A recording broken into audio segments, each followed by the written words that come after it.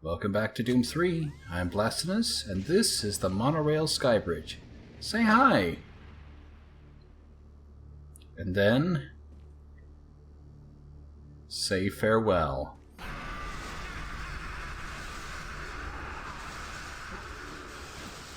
Yes, the loading screen lied to you. We are not taking the Monorail Skybridge, we are heading straight into recycling.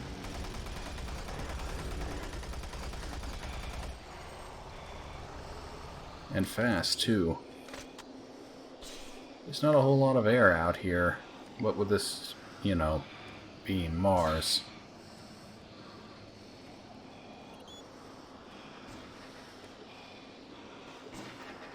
So a bit of good news. After the Z-Sec apocalypse from last episode, this chapter is going to be completely devoid of any security officers. Instead, we're going to have a bunch of monsters that get right up in your face instead. Did I say instead twice? I think I did.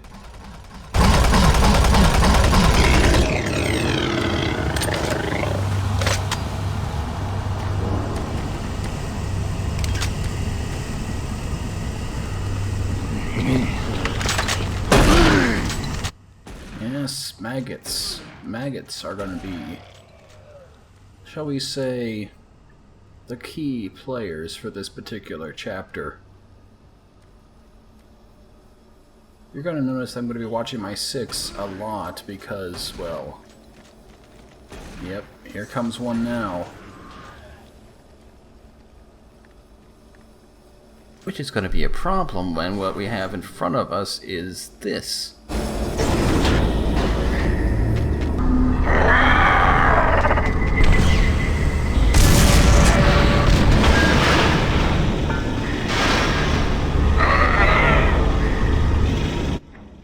Yes, it's the Revenant. You remember what I told you about how plasma is super effective at destroying projectiles? Well, essentially, if you've never seen the Revenant from Doom 2, they fire 2 missiles that home in on you basically forever. And those things, well, they are very hard to dodge, as we'll see later. Essentially, whenever a Revenant appears, the plasma... just a second.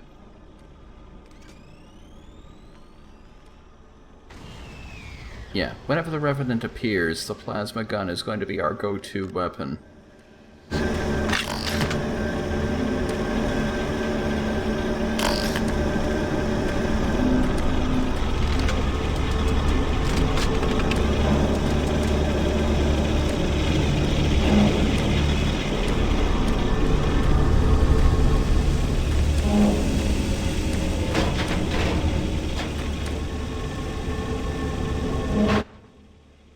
I'm honestly surprised that didn't make the barrels explode.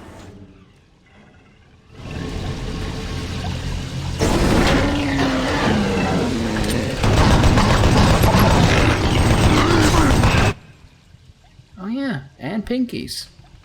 Every single enemy that just likes to rush up and get in your face. Except wraiths, oddly. Not wraiths.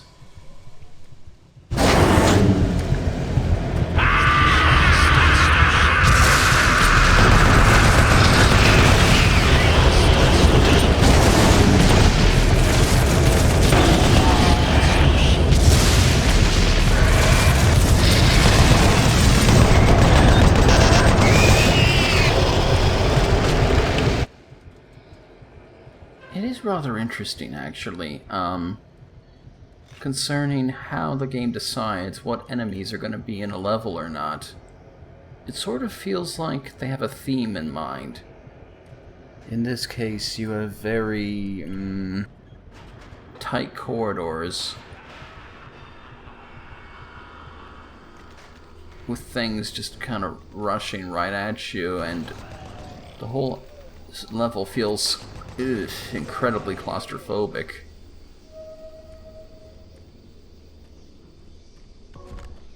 This sort of constant intensity, constant everything coming from every angle. That could have been a different approach they could have done for this game. Just constantly keeping the pressure on so you're always tense.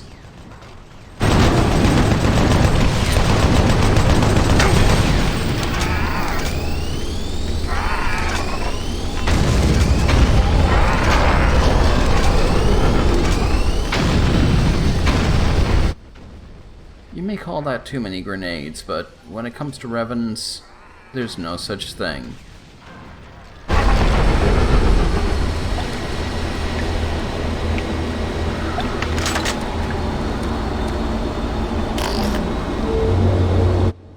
So, you see that innocuous-looking suit of armor? Yeah, it's a trap. And a rather extensive one, actually. We're going to see imps coming from every side. Just for a suit of armor.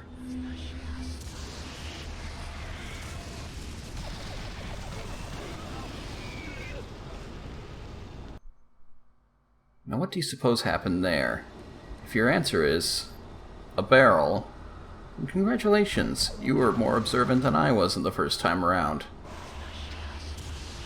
Yeah, barrels, no matter how high your health is, they will kill you in one shot.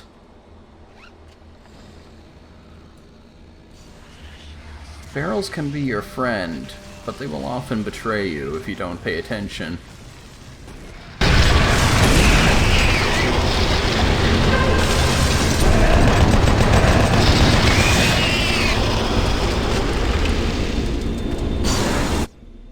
And in this level, it is very easy to take damage. And while I make it seem pretty simple, I will admit that in some takes, I have gone long periods between medkits where I was down to just a fraction of health, and just barely holding on, watching out for every single corner.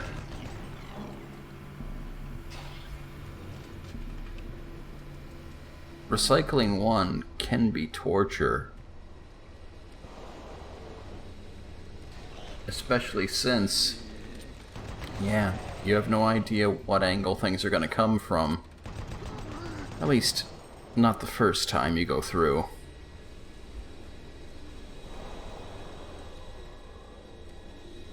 This constant paranoia, this constant feeling like you are never safe, that there's always something behind you. Well, it's pretty awesome, actually.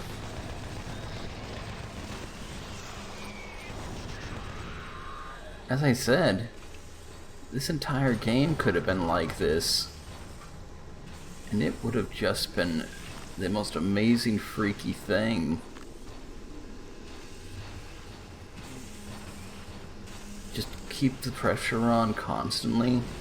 Never let the player feel entirely safe.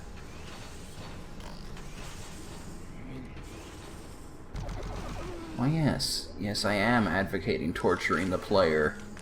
It's horror after all. You're not exactly supposed to make the player feel comfortable.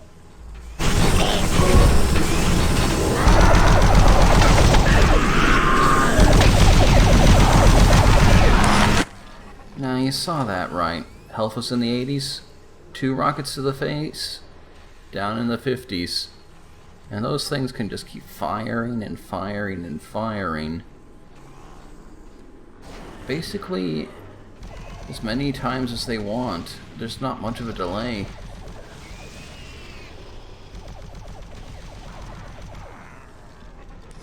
If you don't keep the pressure on, revenants can absolutely end you.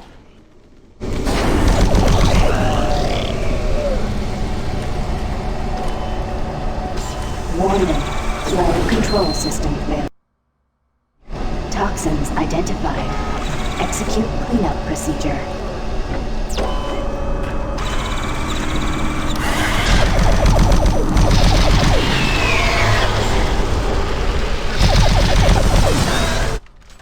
So what is the difference here?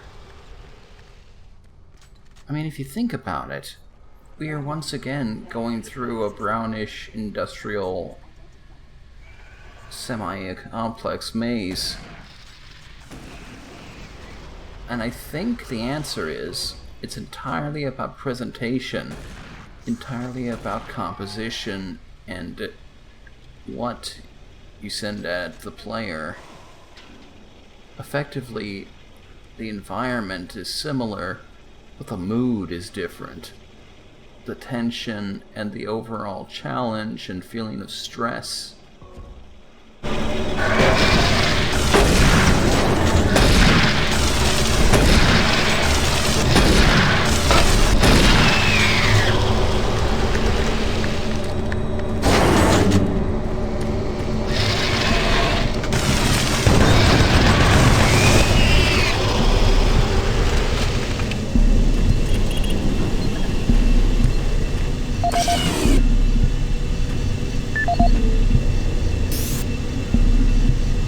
This is the audio log of Nicholas Edgway, member of UAC Mars Hazmat Response Team, dated October 1st, 2145. We have concluded that the Martian atmosphere is wreaking havoc on the exhaust valve seals in the standard number 5 disposal drums. The engineers cannot explain the high level of contaminants in our internal atmosphere. The air scrubbers and filtration systems all seem to be operating at normal levels, yet a small layer of particulate is making it into the storage areas. That is what caused the lockdown yesterday. EAP Director Charles Hollis informs me that the personnel won't be harmed by these contaminants in the air, but we've seen that they do cause a corrosive reaction when introduced to the rubber compounds used in the storage systems. Effective immediately, all number 5 disposal drums must be locked away in at least a Class 2 rated transport medium. Assessment ends.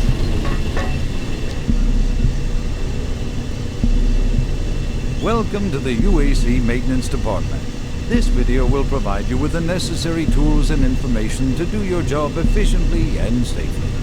A safe worker is a happy worker, and your safety is our #1 priority at UAC. Observe all signs and follow all procedures to keep you and your coworkers out of harm's way. Cleanup is one of the most important aspects of what we do in maintenance. This phase of our job keeps everyone safe, and research has shown that working in a clean and toxic-free environment has a positive benefit on overall productivity. Power generation on Mars produces 2 byproducts, steam and green goo. We vent the steam all over the base through vents, floor grates, cleverly placed pipes, and pretty much any place else. The goo is a result of the MFS process reacting with core elements in the Martian soil. It is not radioactive, but it is quite toxic. Remove all toxic spills at once. Hazmat suits are the best way to protect yourself when a spill occurs. And if you happen to come in contact with the goo, report immediately to a medical station for a scrub down. After a few days in confinement, you should be ready to report back to work. Report any rule violations to your immediate supervisor, and don't forget to read your employee handbook for additional rules and information. Wait, green goop? That's all they're calling it? What, not biohazardous slime or something? Come on, guys. This is like official company jargon. You can do better than this.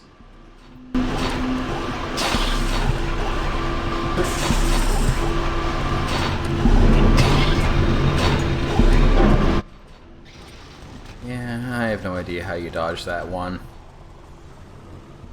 Maybe you don't.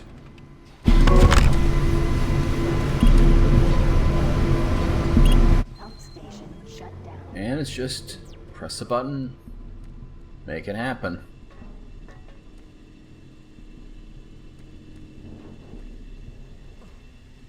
It's funny, you know?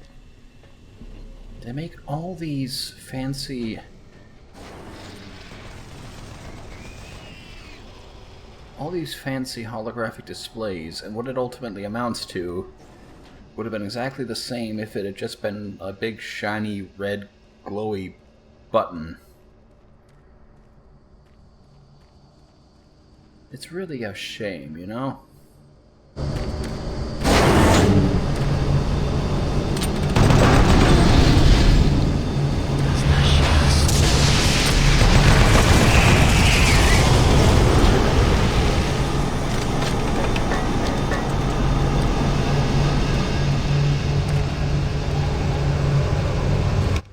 Oh, crap.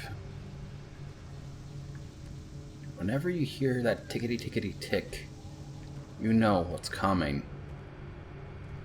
That's right, pinkies.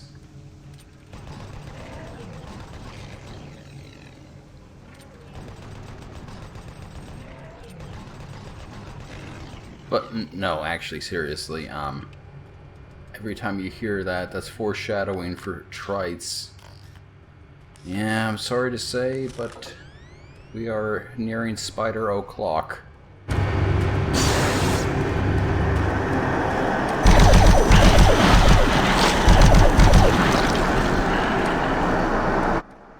At least this time we're not fighting them in vacuum.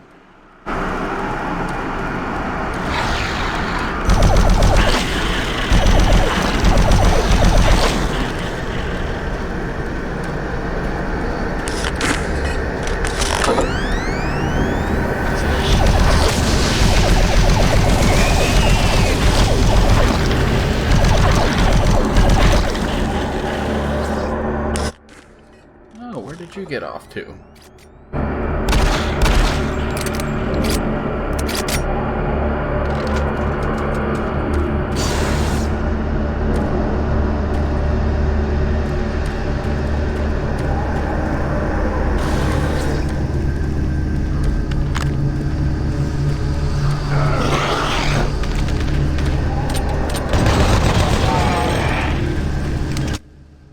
Alright, this should be pretty simple. We just got to deal with... What? Hey! Hey, come back! What?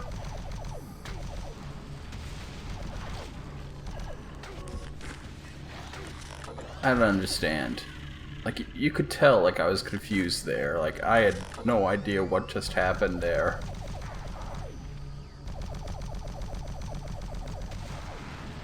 As far as I'm aware, Revenants in this game do not have jetpacks. Like, I'm pretty sure they're just supposed to walk around, like... Something really weird just happened. And I can't say that I ever saw that before.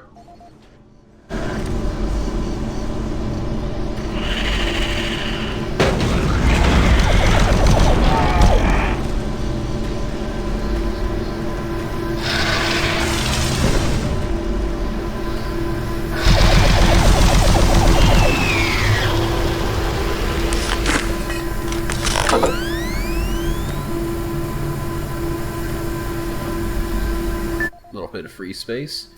It's time for the weirdest part of this little segment. Yeah.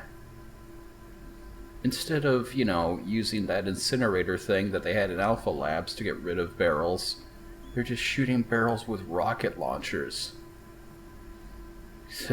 Engineers.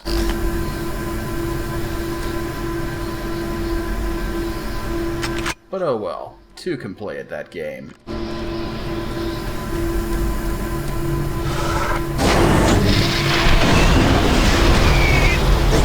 Yeah. I like the rocket launcher in this game. With one slight exception.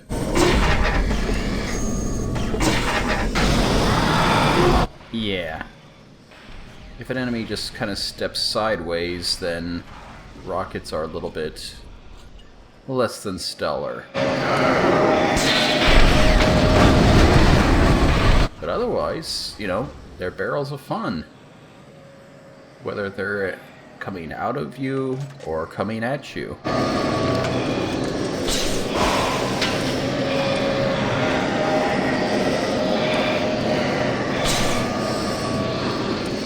I do lament, actually, the air mechanic. This whole open area here would have been perfect for a long, protracted firefight if we weren't constantly being forced to duck back inside.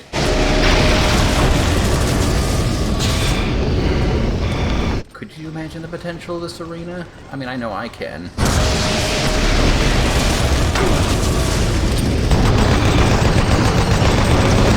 Alas. We'll have time to regret this once we head into the next section, Recycling Sector 2. See you there.